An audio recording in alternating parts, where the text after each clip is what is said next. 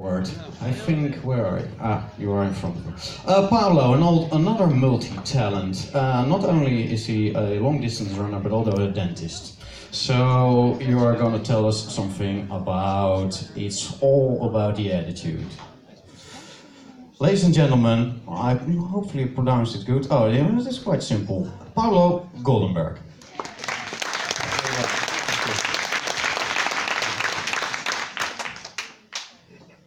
Well, I'm definitely not a happiness guru. My story is about a dentist who does triathlon, and I have a little girl named Anna. And since I was a child, I always wanted to speak in public. It really scared me. And I also had another problem. I didn't know what to talk about. Time ago, I had the feeling that I was living my life like through a window glass, like from the outside. I felt that the bad things that happened to me didn't touch me as they supposed to do.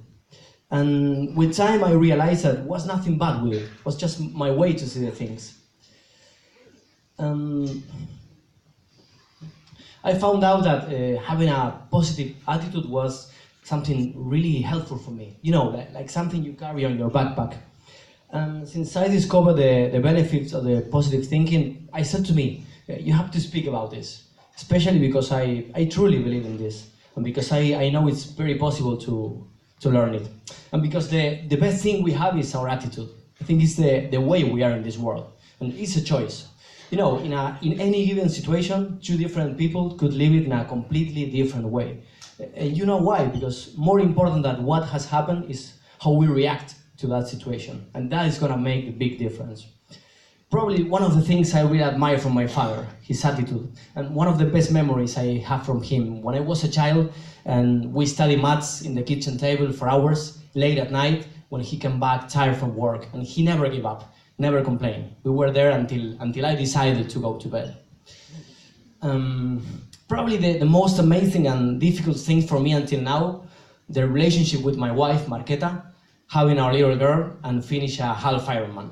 And really doing these three things at the same time, that was definitely the most difficult, especially the relationship with my Czech wife.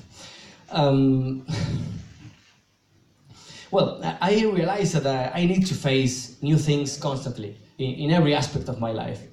And I think it's very important to have goals, challenges, people to fight for. Since I began to do triathlon, finishing a half Ironman was like my big sport challenge ever for me. I remember when I was preparing it, some people were telling me, oh, you are not going to have enough time with your child, with your work, blah, blah, blah. I think it's simple, not easy, but simple. If you want something, just need to work hard for this and put date to your goal. Normally, once my girls are sleeping, I usually do some home cycling for 1 or 2 hours, or in the weekends, training for about 5 hours. But always trying to have in mind the most important things. And these are quality time with my family and my work, definitely.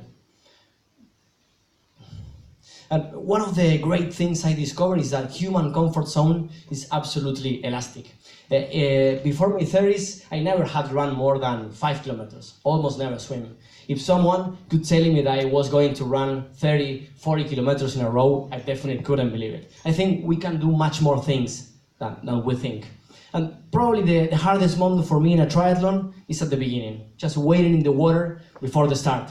Probably it's like my insecurity moment. I'm not an expert swimmer, I'm not the biggest guy, surrounded by huge swimming beast. It's like, hey, can I play please? I'm sure you understand, you're the tallest people in the world. Well, to face this kind of races is very important, the physical condition. All of them are great athletes, not me, but them. But what is really decisive is our internal dialogue, how we speak to us. I think the same as in real life. It could become our best ally or contrary, destroy us. I remember in that picture, I was beginning the running part, clearly tired. I knew I had 21 kilometers left. That was mentally hard. And you know, after 90 kilometers cycling, the legs are a bit complicated. And moreover, I was seeing people that were almost finishing.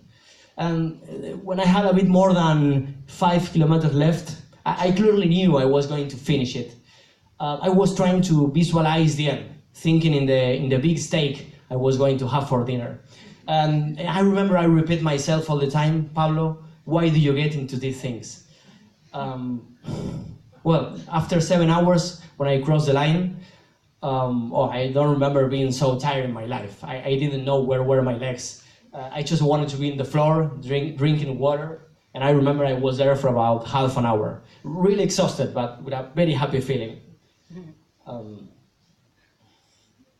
It was a very emotional moment. I remember it came to my mind all the hours of sacrifice, almost 1 year training, and I wanted to dedicate it to my father. In that moment, 1 year ago, I had to say goodbye to him, knowing I was not going to see him anymore. Definitely was the hardest moment in my life. I think it's in that moments when we realize that we are stronger than we think. I think, for me, I think life is too short to not squeeze every second. How we will live it if we know that we have a clock counting the time left? We will do something different. Sometimes I think we live with a strange feeling that we are going to be here forever, but people dies. And I think the things are how they are, not how we would love to. And we cannot change our cards, but we can choose how to play with them. I think every decision we take leads us closer to the greatness or the mediocrity. It just depends on us.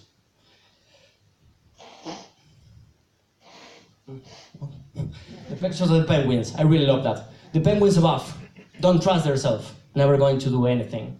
The penguins who follow, crazy penguins, didn't have a plan, didn't prepare anything. The penguin in the middle, trust himself, work hard, and jump with a parachute. And even being a penguin will fly as high as you want to.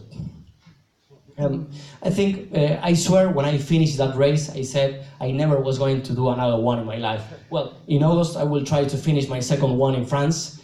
And I think despite all of us live all kinds of experiences, hard ones, amazing ones, life is amazing. And the best is always, always yet to come. Thank you very much. Thank you very much. Woo!